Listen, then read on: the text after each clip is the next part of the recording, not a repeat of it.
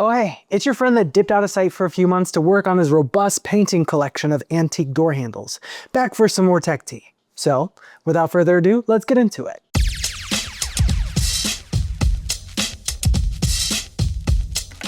Samsung is working on its first headset with the yet-to-be-released Android XR.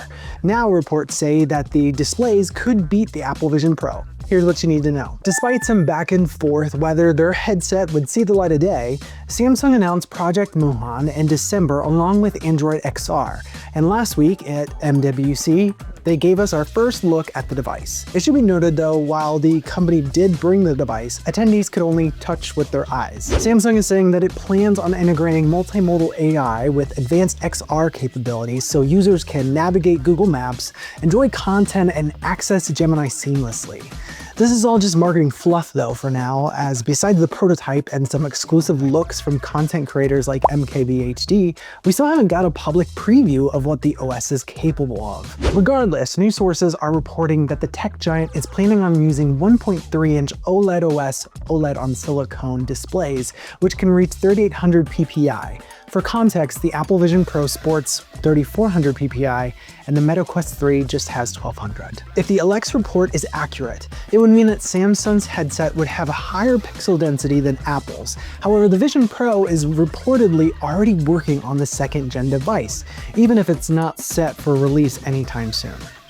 Apple is also giving us hints on a feature-packed Vision OS 3 upgrade, whereas Android XR is still in prototype. The Samsung Infinity headset is slated for a later 2025 release, so here's hoping we get some more information and maybe even some hands-on demos soon. What if we could prevent a wildfire by knowing exactly when one is about to start? Well, Google may have the solution for this. Here's what you need to know.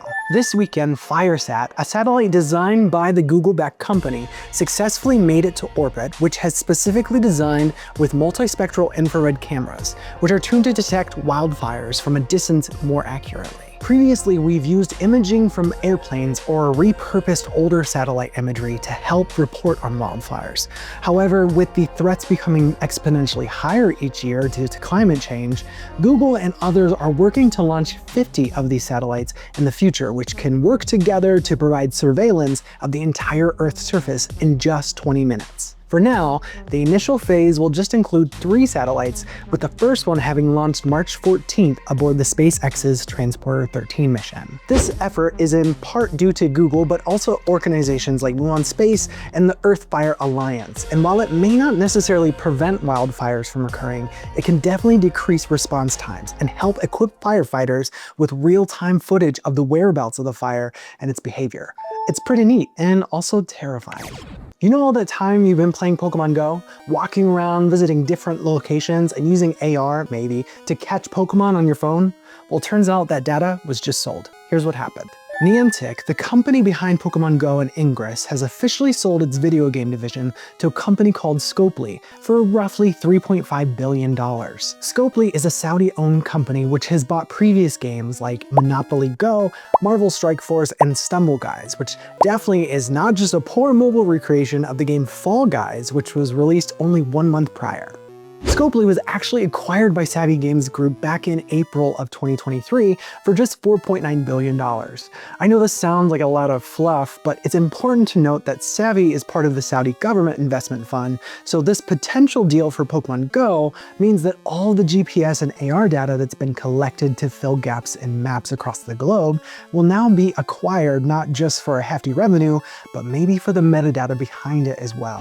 Scopely has stated that it wants its role to be to empower the Niantic team to pursue their ambitious roadmap by providing resources and support, all in service of giving players more of what they want from their favorite games. But if history tells us anything, it's that we can expect some changes to be made to the game, which may include even more monetization. But hey, we just got cool custom alerts for individual Pokemon in the game, so yay!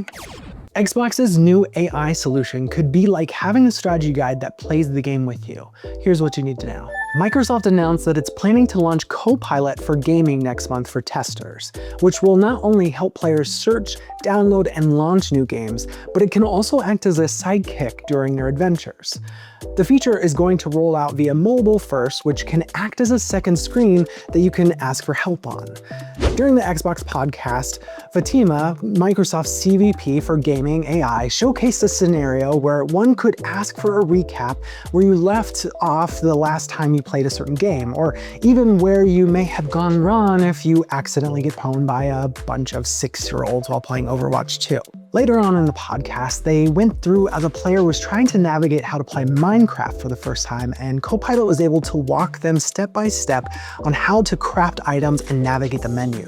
The material that was shown was definitely still a little rough around the edges, and Fatima mentioned that to be able to provide step-by-step instructions or gameplay analysis, it may require some moderate lift from the game devs to provide Microsoft with those resources.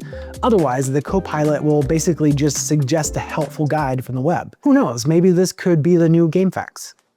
I guess we'll have to wait until April to find out more. And finally, Nintendo is set to give us the full scoop on the upcoming Switch 2 in the next couple weeks, but some leaks may give us hints at what we may expect ahead of that. Here's what you need to know. Due to a massive amount of leaks from third-party case makers and even Game Freak coming back from the dead, Nintendo was forced to throw together a short teaser for the new console due out this year. We could tell from those clips we'd be getting features like a bigger screen, slightly reworked controllers with some mouse capabilities, and dual USB-C ports for a possible second screen. But thanks to recent FCC filings, we've learned that the Switch 2 will also be equipped with Wi-Fi 6 and that NFC will be making a return. These are both welcome additions since A, onboard Wi-Fi for consoles has always been hit or miss, and 2, there were rumors that the upcoming console would forgo NFC capability, which would be super awkward for all of the amiibos we've collected since the Wii U days. But that's not all. As of Monday, we have now learned about Nintendo's patent for AI upscaling on the new device. The patent's diagram shows a model detailing how it intends to process a 540p resolution image, then run it through a neural network to upscale that image to 1080p. The Switch 2 will allegedly be equipped with NVIDIA's Tegra processor, and even though it is a welcome upgrade over the original Switch, it may still struggle to reduce constant frame rates at native 1080p. So this upscaling outlines how Nintendo both intends to run new games in higher resolution, as well as upscaling existing titles. The question is whether this resolution will be available while it's in handheld mode or just docked. Also, what other surprises Nintendo may have up its sleeves for this upcoming device. Nintendo's Direct airs April 2nd at 6 AM Eastern, so I guess we'll have to wait for it then.